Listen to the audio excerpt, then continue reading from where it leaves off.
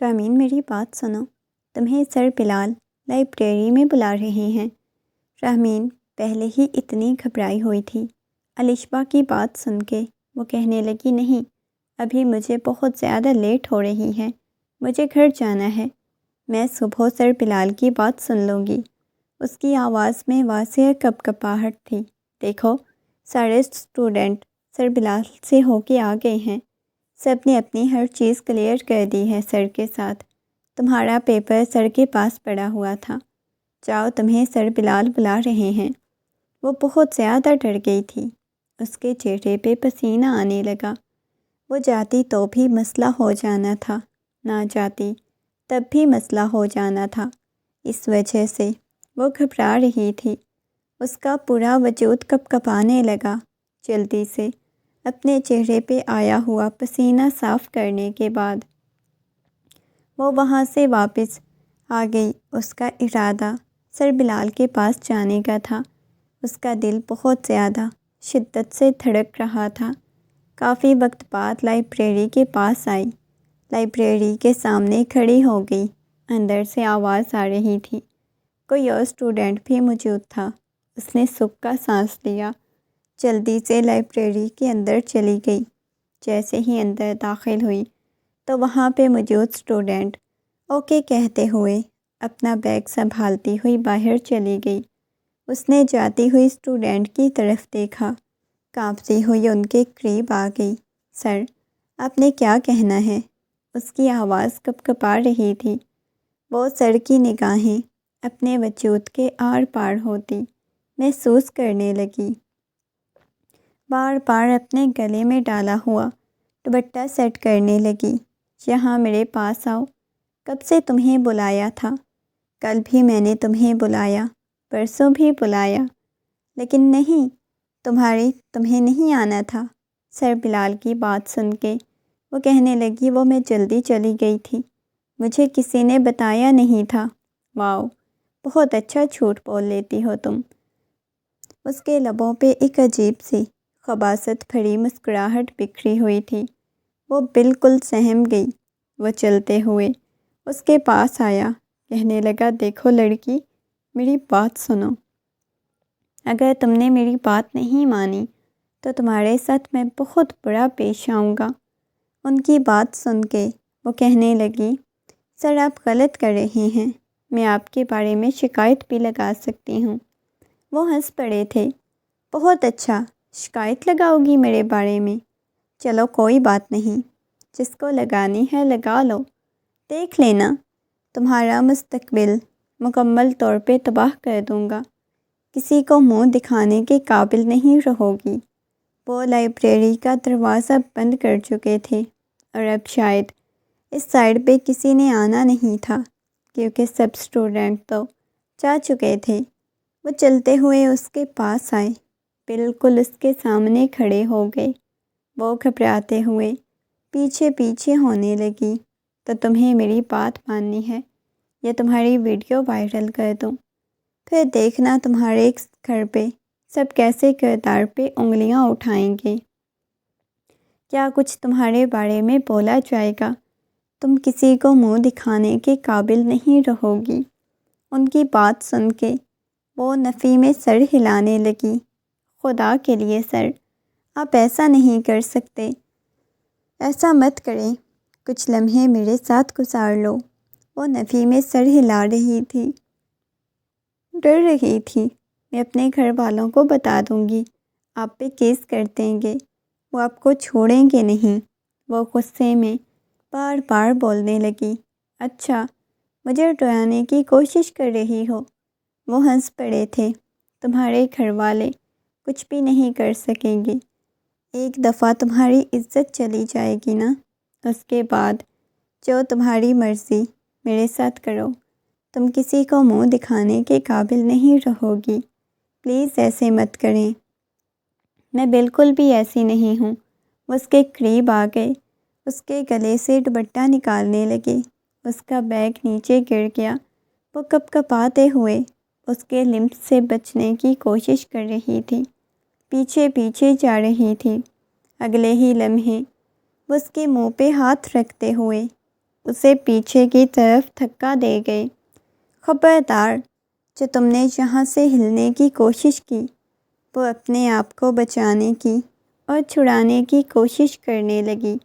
وہ جیسے ہی چلائی تو انہوں نے اس کے سامنے اس کی ویڈیو چلا دی۔ کیا تم چاہتی ہو یہ ساری دنیا دیکھے، پوری دنیا میں یہ ویڈیو پھیل جائے؟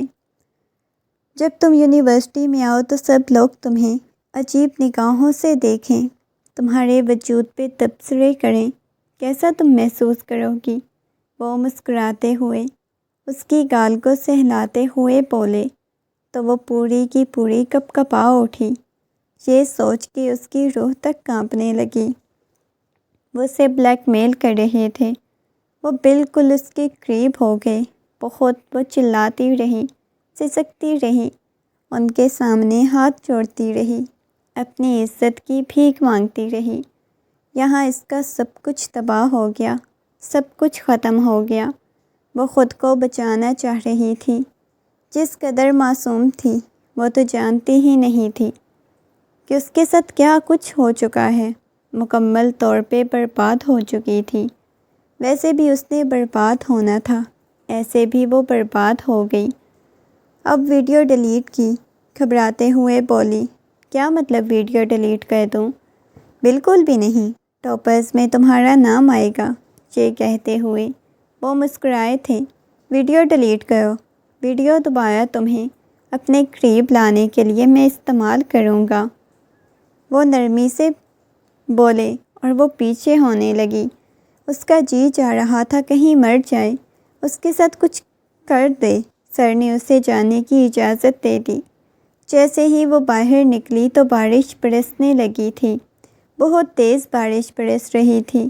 وہ مکمل طور پہ بھیگی سڑک پہ چلتی جا رہی تھی۔ اسے کوئی ہوش نہیں تھی۔ بار بار اس کی آنکھوں کے سامنے گھناؤنا منظر چل رہا تھا۔ جو کچھ اس کے ساتھ ہوا تھا وہ ضبط سے اپنی آنکھیں بند کر گئی۔ پورا وجود کپ کپا رہا تھا۔ اچانک بہت زور سے اسے گاڑی سامنے سے آتی ہوئی دکھائی دی۔ تیز رفتار گاڑی تھی۔ سڑک پہ اس کا وجود پڑا ہوا تھا۔ بارش برس رہی تھی۔ ارد گرد خون ہی خون تھا۔ لوگوں کی آوازیں آنے لگی۔ اس کے کانوں میں ایسے لگ رہا تھا جیسے کسی نے کھولتا ہوا سیسا انڈیل دیا ہو۔ اس کی حالت بہت عجیب ہو گئی تھی۔ اس کے پاس بیٹھا ہوا تھا۔ شہزیب کو دیکھتے ہی کپ کپائی۔ کیسی طبیعت ہے تمہاری؟ پتہ ہے تم نے مجھے ڈرا دیا تھا۔ سارے گھر والے بہت زیادہ پریشان ہو گئے تھے۔ شہزیب، جس کی وہ منکوہہ تھی، اسے نظریں ملانے کے قابل ہی نہیں رہی۔ بار بار اسٹریچر کی چادر کو وہ اپنے ہاتھوں میں دبوچ رہی تھی۔ تم ٹھیک ہو؟ کچھ بھی نہیں ہوا؟ اس گاڑی والے کو میں زندہ نہیں بخشوں گا جس نے تمہارے ساتھ یہ سب کچھ کیا۔ اندھا ہو گیا تھا، نظر نہیں آ رہا تھا۔ یہ کہتے ہوئے آہستگی سے اس کے قریب ہوا، اس کے ہاتھ کو اپنے ہاتھ کی گرفت میں لیا۔ تمہیں پتہ ہے میں کبھی تمہیں خود سے دور نہیں جاتا ہوا دیکھ سکتا۔ آج تو میری جان پہ بن آئی تھی۔ جب آفس سے مجھے کال موصول ہوئی تو گاڑی ٹکرا گئی۔ تم سے پتہ ہے سب لوگ باہر کتنے زیادہ پریشان ہیں، تمہارا بھائی پاگل ہوا پڑا ہے۔ یہ کہتے ہوئے اس کی گال کو سہلانے لگا۔ اس کے پورے وجود میں سنسنی دوڑ گئی۔ اس کی آنکھوں میں سے آنسو بہنے لگے۔ وہ اپنے وجود کو سنبھالنے کی کوشش کرنے لگی۔ تم اتنی زیادہ کیوں گھبرائی ہوئی ہو، ڈری ہوئی ہو؟ کون سی چیز تمہیں پریشان کر رہی ہے؟ جانتا ہوں ایک دفعہ کوئی حادثہ پیش آ جائے تو آنکھوں کے سامنے بار بار گھومتا ہے، لیکن ابھی پریشان مت ہو، کچھ بھی نہیں ہوا۔ یہ کہتے ہوئے دھیرے دھیرے اسے اپنے قریب کر گیا۔ وہ روتے ہوئے اسے پیچھے کرنے کی کوشش کرنے لگی۔ پلیز آپ دور رہیں، وہ گھبراتے ہوئے بولی۔ میں فی الحال بہت زیادہ ڈسٹرب ہوں۔ چلو کوئی بات نہیں میری جان، ایک دفعہ اپنے بھائی سے مل لو۔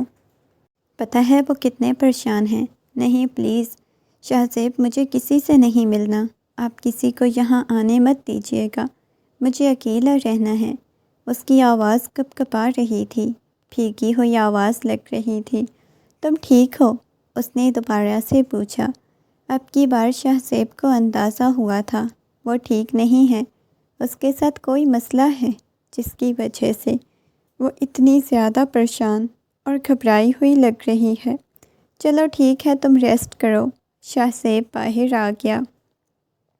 وہ ٹھیک ہے نا؟ وجاہت کہنے لگا۔ کیا ہوا ہے؟ وجاہت کی بات سن کے اس نے نفی میں سر ہلا دیا۔ بہت زیادہ ڈسٹرب لگ رہی ہے، اتنی زیادہ نہیں ہونی چاہیے تھی، چوٹیں یا کوئی گہرا زخم نہیں، مگر اس کے باوجود شاید یہ چیز اس کے مائنڈ میں بیٹھ گئی ہے جس کی وجہ سے بہت زیادہ ڈسٹرب اور پریشان ہونے لگی ہے۔ پریشان ہونے کی ضرورت نہیں، وہ اسٹریچر پہ لیٹی مسلسل چھت کو گھورے جا رہی تھی۔ مجھے مر جانا چاہیے، ایک دم سے اس نے اپنے ہاتھوں سے ڈرپس اتار کے پھینکی۔ کاش اس حادثے کے بعد نہ میں بچ پاتی۔ شاہ زیب اور اس کے باقی بھائی کمرے میں داخل ہو گئے، اس کے ماما بابا بھی آ گئے۔ بیٹا کیا ہو گیا ہے؟ سب لوگ پریشان ہو گئے۔ وہ رونے لگی۔ میرے پاس مت آئیں، خدا کے لیے میرے پاس مت آئیں، وہ روتے چلاتے ہوئے بولی۔ وہ چیختے چلاتے ہوئے بولی۔ ڈاکٹر نے آ کے اسے بے ہوشی والا انجیکشن لگوا دیا۔ ڈاکٹر ان کے دماغ میں تو نہیں کوئی چوٹ لگی، یا سر پہ کوئی گہری چوٹ تو نہیں لگی؟ دیکھیے ایسی کوئی بات نہیں، میں خود سمجھ نہیں پا رہی، ایسی کوئی بہت گہری چوٹ نہیں لگی، باقی ٹیسٹ وغیرہ بھی کیے ہیں، کچھ ایسا نہیں ملا، تو مجھے نہیں سمجھ آ رہی وہ ایسا بیہیو کیوں کر رہی ہے، شاید ان کے ساتھ کوئی اور پرابلم ہو۔ شاہ زیب کہنے لگا۔ اچھا ٹھیک ہے، آپ لوگوں کو پریشان ہونے کی ضرورت نہیں، کوئی پرابلم ہوگی تو میں اسے پوچھ لوں گا، وہ مجھے بتا دے گی۔ انہوں نے اس بات میں سر ہلا دیا۔ شاہ زیب کی وجہ سے ہی انہیں زیادہ کسی مشکل کا سامنا نہیں کرنا پڑتا تھا۔ کل بھی وہ آ گئی تھی، مگر 2 دن سے یونیورسٹی نہیں جا رہی تھی۔ اس کے سیمیسٹر کا رزلٹ بہت اچھا آیا تھا، سب لوگ خوش تھے، مگر وہ خوش نہیں تھی، نہ اس کے چہرے پہ کسی قسم کی کوئی خوشی تھی۔ شاہ زیب روم میں داخل ہوا تو وہ بیڈ پہ سو رہی تھی، سو بھی نہیں رہی تھی، جاگ رہی تھی، بس لیٹی ہوئی تھی، چھت کو گھورے جا رہی تھی۔ شاہ زیب چلتا ہوا اس کے پاس آیا، پوچھنے لگا کیا ہوا ہے، اتنی زیادہ پریشان کیوں ہو؟ وہ نفی میں سر ہلانے لگی۔ نہیں کچھ نہیں ہوا، بس ویسے ہی میں یہاں پہ لیٹی ہوئی تھی، یہ کہتے ہوئے کروٹ بدلنے لگی۔ شاہ زیب نے دھیرے سے اپنے قریب کر لیا۔ بتاؤ مجھے اتنی زیادہ ڈسٹرب کیوں لگ رہی ہو، کوئی مسئلہ ہے، کوئی پرابلم ہے؟ وہ اٹھ کے بیٹھ گئی تھی، خود میں سمٹی جا رہی تھی۔ آج سے پہلے کبھی وہ ایسا محسوس نہیں کرواتی تھی، ایسے لگ رہا تھا جیسے وہ شاہ زیب کے سامنے کمفرٹیبل ہی فیل نہیں کر رہی۔ کیا ہوا ہے؟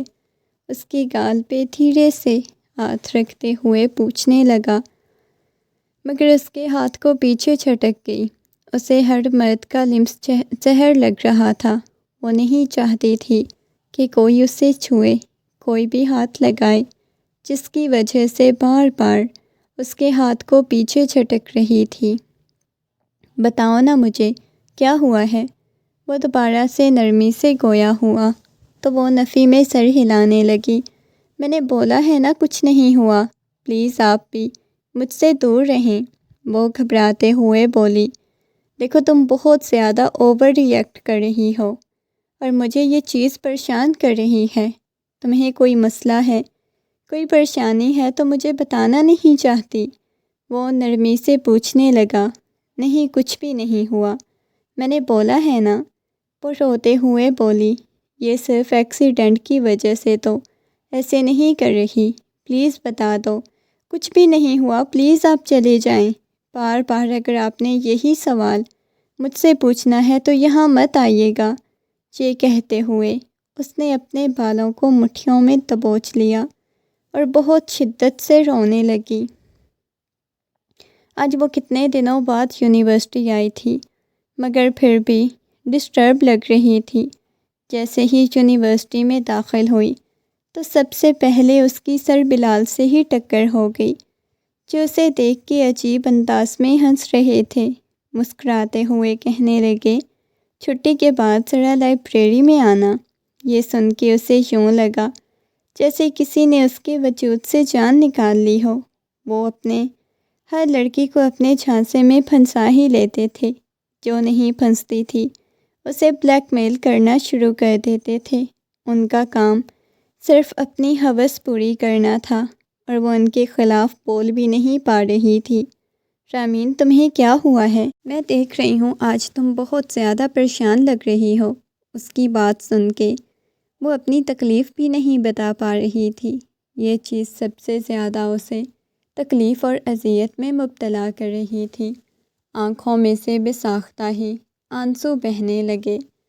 وہاں سے اٹھ کے باہر چلی گئی۔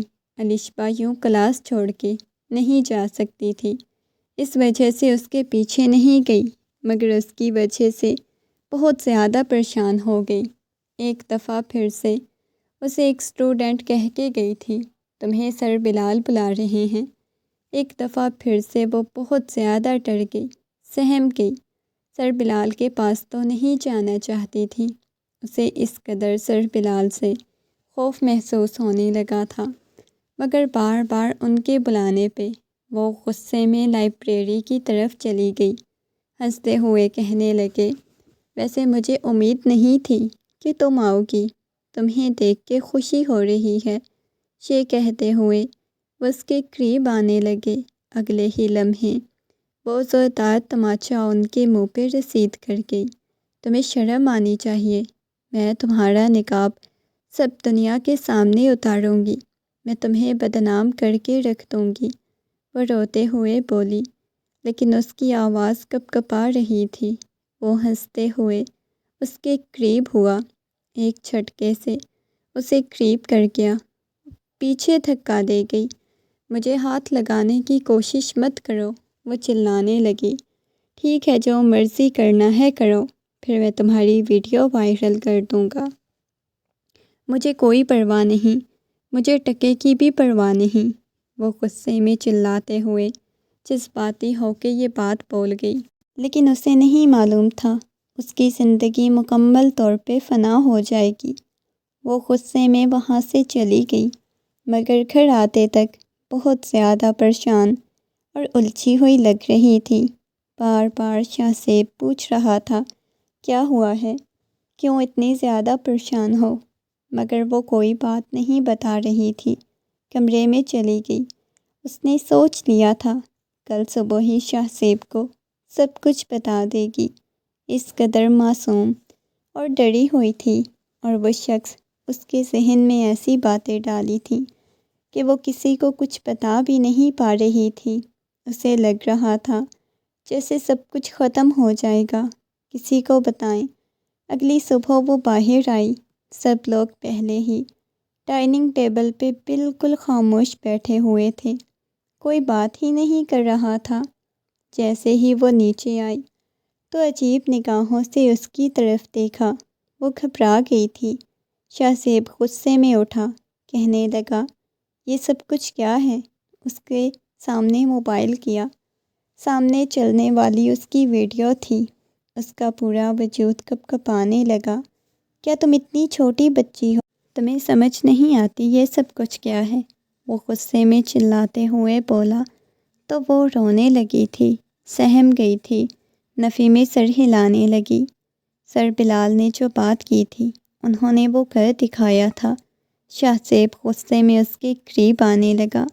نہیں شاہ زیب، میری کوئی غلطی نہیں، وہ روتے ہوئے شاہ زیب کو بتانے لگی۔ اچھا، تمہاری غلطی نہیں تو پھر یہ سب کچھ کیا ہے؟ ایک دفعہ پھر سے اس نے چلاتے ہوئے پوچھا۔ شاہ زیب، میں اس بارے میں نہیں جانتی، اس کی آواز کپ کپا رہی تھی۔ دیکھو میں تم سے پوچھ رہا ہوں یہ سب کچھ کیا ہے؟ وہ رونے لگی، پیچھے پیچھے ہونے لگی۔ اگلے ہی لمحے اسے احساس ہوا وہ غصے میں بات نہیں کرنی چاہیے تھی، اسے آرام سے پوچھنا چاہیے تھا، کیونکہ سبھی لوگ واقف تھے وہ کس قدر معصوم ہے۔ وہ روتے ہوئے وہاں سے بھاگتی اوپر کی طرف چلی گئی۔ وہ اس کے پیچھے پیچھے آیا۔ دیکھو کوئی الٹا قدم مت اٹھانا، کیونکہ اس کے چہرے پہ لکھا ہوا تھا کہ وہ اب اپنے ساتھ کچھ کرنے لگی ہے۔ ڈری ہوئی اور گھبرائی ہوئی لگ رہی تھی، اس کے پیچھے پیچھے آ گیا۔ باقی سب بھی آئے تھے، دروازے پہ دستک دینے لگے۔ پلیز دروازہ کھولو۔ اچھا میں تمہیں کچھ نہیں کہوں گا یار، پلیز دروازہ کھولو۔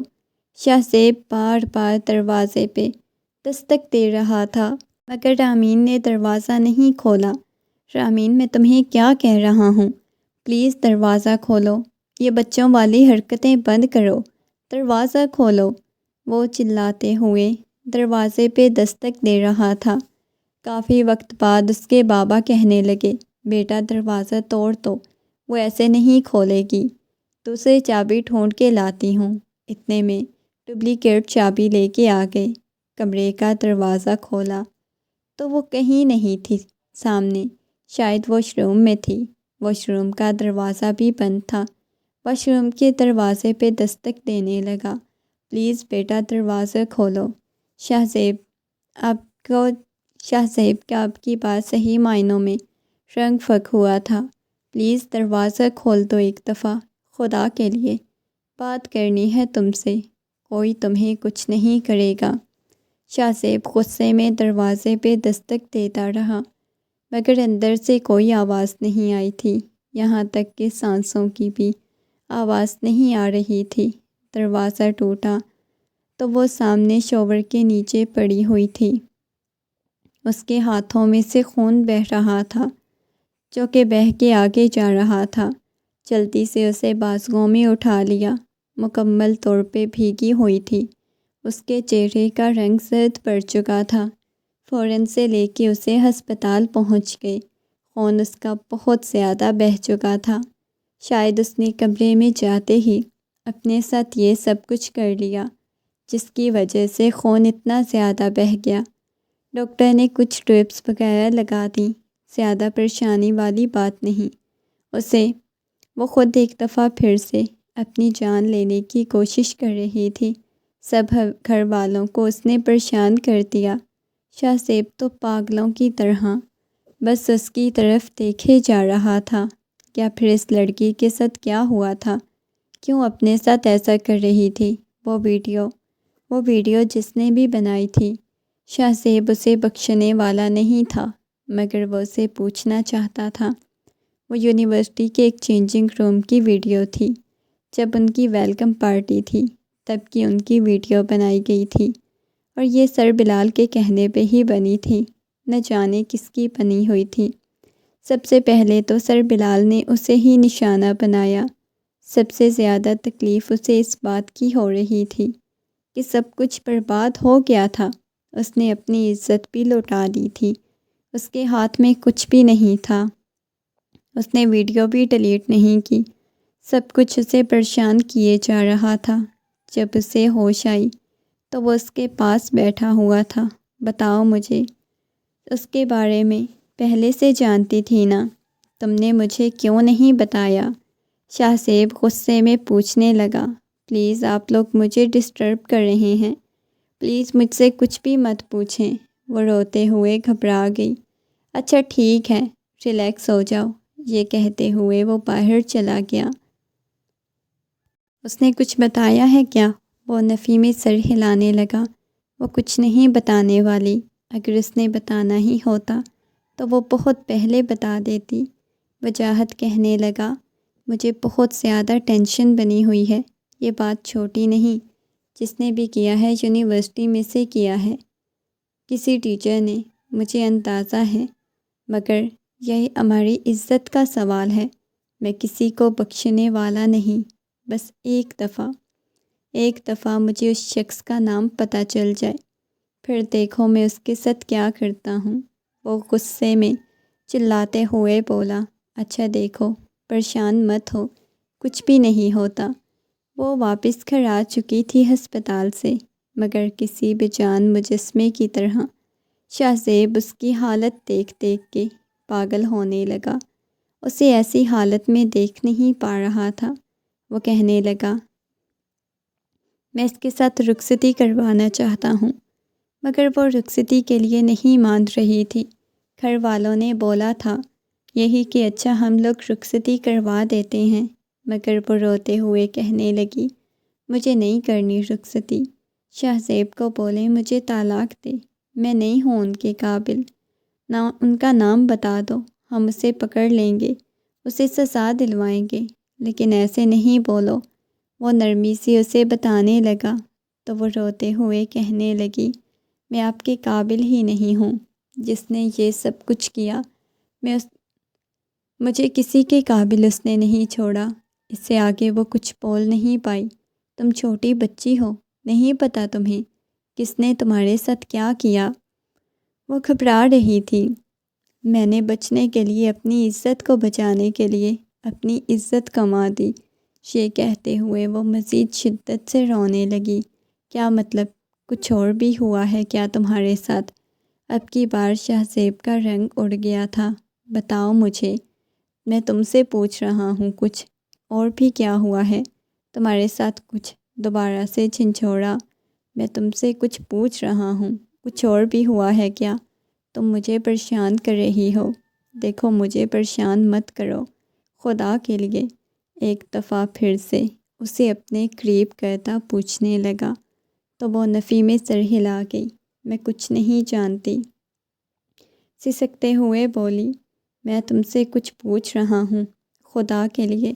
تم نے مجھے اور زیادہ پریشان کر دیا ہے، وہم میں مبتلا کر دیا ہے۔ اس شخص نے میری عزت خراب کی ہے۔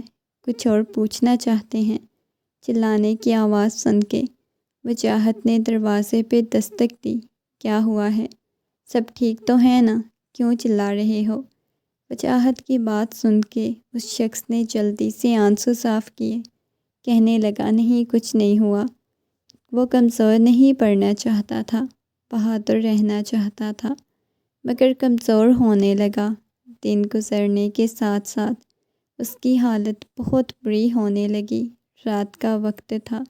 وہ اس کے پاس آتے ہی اس کے قدموں میں بیٹھ گئی، کہنے لگا، خدا کے لیے مجھے بتا دو، تمہارے ساتھ یہ سب کچھ کس نے کیا ہے؟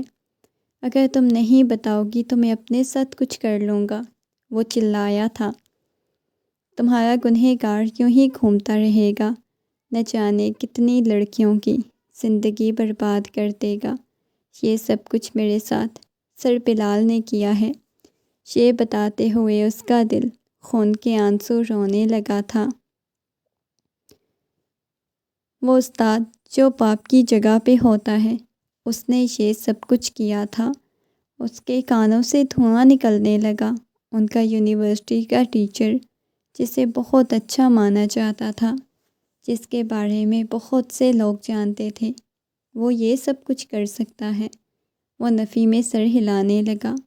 غصے میں وہاں سے اٹھ کے چلا گیا، اپنے بالوں کو مٹھیوں میں دبوچ دی، چلانے لگی، اتنی بری طرح سے چلا رہی تھی۔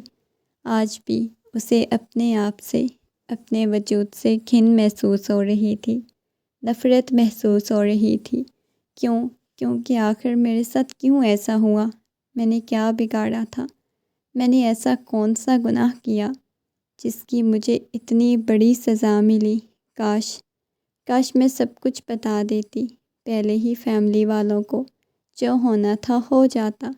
کاش مجھے بچا لیا ہوتا، میرے گھر والوں نے، شاہ زیب نے مجھے بچا لینا تھا، بھائی نے مجھے بچا لینا تھا۔ یہ کہتے ہوئے اپنی آنکھیں صاف کرتی کمرے سے باہر نکلی۔ آدھی رات کو وجاہت کے کمرے کی طرف جا رہی تھی۔ جا کے کمرے کا دروازہ کھولا تو سامنے وجاہت کچھ فائلز چیک کر رہا تھا۔ چلتے ہوئے اس کے پاس آئی۔ کیا ہوا ہے میری گڑیا کو؟ وجاہت نے نرمی سے پوچھا۔ فائل کو بند کر کے سائڈ پہ رکھ دیا۔ وہ بالکل چلتے ہوئے اس کے سامنے آ کے کھڑی ہو گئی۔ آج تک اس کے کندھے سے لگ کے بری طرح سے رونے لگی۔ بھائی میں آپ کی لاڈلی تھی نا، آپ مجھے اپنی بیٹی کی طرح کہتے تھے نا۔ اس کی آواز کپ کپا رہی تھی۔ لیکن بھائی، میں نے آپ لوگوں سے اتنی بڑی بات چھپائی۔ بھائی، ان سب نے مجھے اندر سے کھا دیا ہے۔ عورت کے پاس سب سے بڑھ کے کیا ہوتا ہے؟ اس کی عزت ہوتی ہے۔ لیکن جب عورت کی عزت چلی جاتی ہے تو اس کے پاس کچھ بھی باقی نہیں بچتا۔ وہ کپ کپاتی ہوئی آواز میں بول رہی تھی، مگر اس سے آگے کچھ بتا نہیں پائی۔ وہ اس کے ساتھ کیا ہوا ہے، وہ کیوں ایسی باتیں کر رہی ہے، مگر رونے لگی، اس میں چھپنے لگی تھی۔ وہ اس کے گرد حصار قائم کرتا کہنے لگا، کیا ہوا ہے میری گڑیا کو؟ مجھے کچھ بتاؤ تو صحیح، کیوں بھائی کو پریشان کر رہی ہو؟ بتاؤ مجھے، نرمی سے پوچھنے لگا، مگر وہ کچھ بول نہیں رہی تھی۔ اچانک اس کا وجود ڈھیلا پڑنے لگا، پوری کی پوری کپ کپانے لگی۔ کیا ہو گیا ہے؟ وجاہت پریشان ہو گیا۔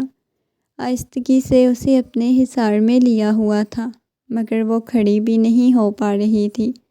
وجاہت بار بار کہنے لگا، میری جان کیا ہوا ہے؟ وہ نیچے فرش پہ گر گئی تھی۔ اس کی گال کو تھپ تھپایا تو وہ بمشکل اپنی آنکھیں کھولے۔ اس کے سینے سے لگی ہوئی تھی۔ میرے اتنے محافظ تھے، اس کے باوجود میری حفاظت کیوں نہیں ہو سکی؟ وہ روتے ہوئے پوچھنے لگی، کیا ہوا ہے؟ مجھے کچھ بتاؤ تو صحیح۔ اس کا صحیح معنوں میں رنگ اڑ چکا تھا۔ آپ لوگ اتنے محافظ تھے، بتائیں نا مجھے، کیوں میری حفاظت نہیں ہو سکی؟ بتاؤ تو گڑیا، کیا ہوا ہے؟ آپ لوگوں نے پڑھنے بھیجا تھا، یہاں مجھے چار دیواری میں قید رکھا ہوتا، سکون تھا۔ وہ بول بھی نہیں پا رہی تھی۔ شاید اس کے لیے زندہ رہنا بہت مشکل تھا، سانس لینا بھی مشکل تھا۔ ایک سانس کے ساتھ اسے تکلیف ہوتی تھی، ہر ایک سانس اس کی اذیت ناک لگتی تھی، دردناک لگتی تھی۔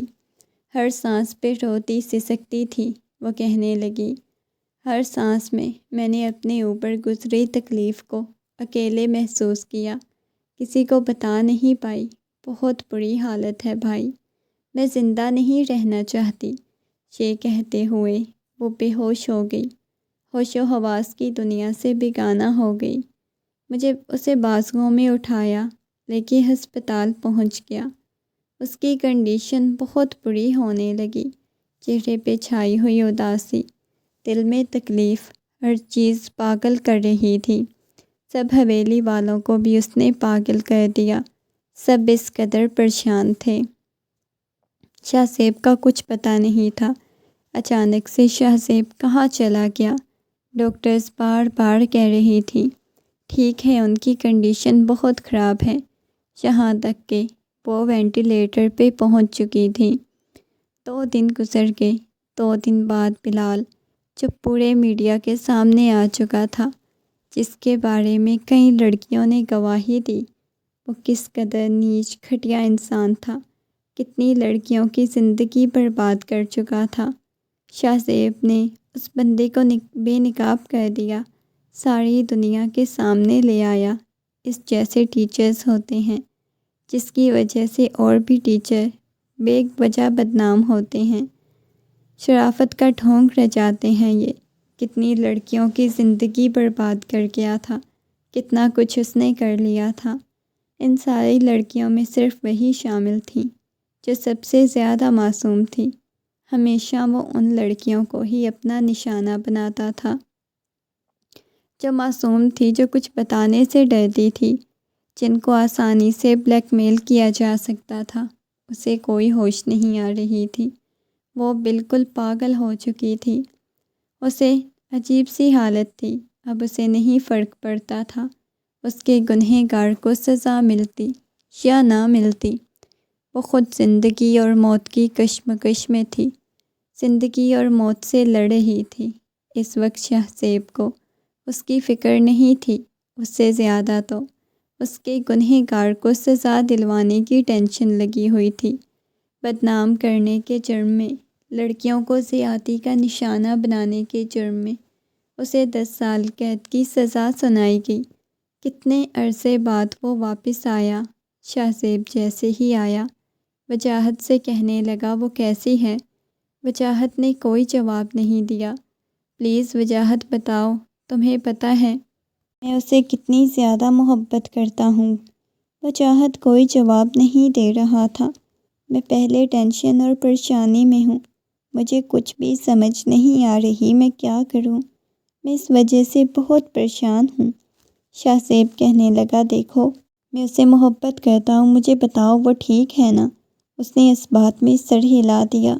ہاں بس اس کے لیے دعا کرو، اس سے زیادہ میں کیا کہہ سکتا ہوں، کچھ بھی ڈاکٹر ٹھیک سے نہیں بتا رہی۔ شاہ زیب ڈاکٹر سے کہنے لگا دیکھیں، ایک دفعہ اسے ملنا چاہتا ہوں۔ شاہ زیب کی بات سن کے ڈاکٹر نے اسے جانے کی اجازت دے دی۔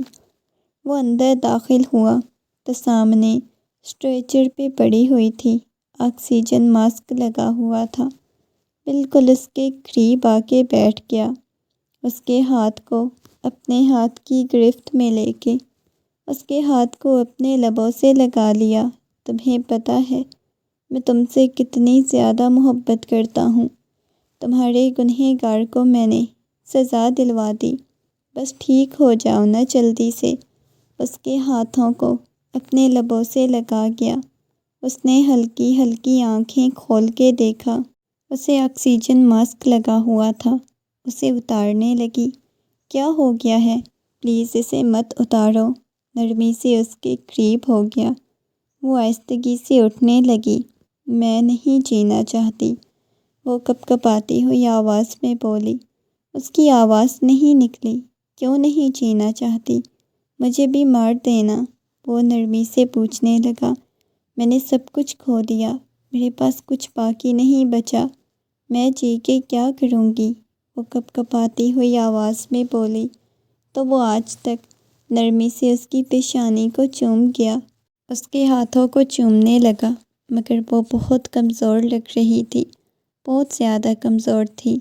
جینا ہوگا تمہیں، تم کمزور نہیں ہو، تمہیں ان لڑکیوں کی آواز بننا ہوگا جو غریب ہوتی ہیں، جو کمزور ہوتی ہیں۔ تم تو بہادر ہونا، تمہیں لڑکیوں کو بھی بہادر بنانا ہے، خود بھی بہادر بننا ہے، تمہیں ایسے مرنا نہیں، میں تمہیں مرنے نہیں دوں گا۔ یہ کہتے ہوئے اس کے چہرے کو نرمی سے سہلانے لگا۔ میں تمہارا شوہر ہوں نا، تمہارا شوہر تمہیں اکیلا نہیں چھوڑے گا، اگر تم اکیلی بھی ہوتی تب بھی بہادر بننا تھا تمہیں، سب اکیلا چھوڑ دیتے تمہیں تب بھی بہادر بننا تھا، ایسے کمزور نہیں ہونا تھا، تم ایک لڑکی ہو، بہادر ہو، تمہارے گنہگار کو سزا ملی ہے، تمہیں اب وکیل بننا ہے نا، وکیل بن کے ان لڑکیوں کے حق میں آواز اٹھانی ہے، ان لڑکیوں کے لیے بولنا ہے جو معصوم ہوتی ہیں، جو کچھ بول نہیں پاتی، جو اپنے حق کے لیے نہیں بول پاتی۔ تمہارے ساتھ تمہارا شوہر تھا جس نے تمہارا ساتھ دیا، لیکن تمہیں جینا ہے ان لڑکیوں کے لیے جن کے ساتھ جن کے ساتھ بھائی نہیں ہوتے، شوہر نہیں ہوتے، جن کے باپ نہیں ہوتے، جن کی بے بسی کا فائدہ ایسے درندے اٹھاتے ہیں۔ وعدہ کرو، میں ہمیشہ تمہارے ساتھ دوں گا، تمہارے ساتھ رہوں گا، زندگی کے ہر موڑ پہ ساتھ دوں گا، کبھی تنہا نہیں چھوڑوں گا۔ اس کے ہاتھ کو چومتا ہوا بولا تو وہ آہستگی سے مسکرائی، شاید جیسے اس کے اندر ہمت دلائی تھی، اور وہ اسے یوں مرنے نہیں دے سکتا تھا۔ آہستگی سے کمرے کا دروازہ کھلا، وجاہت اور اس کے بابا بھی کمرے میں داخل ہوئے، اس کے پاس آ گئے۔ تم ہماری بہادر بیٹی ہو نا، تمہیں جینا ہے، اسے حوصلہ دے رہے تھے، اس کی ہمت بڑھا رہے تھے، اسے یوں نہیں دیکھ سکتے تھے۔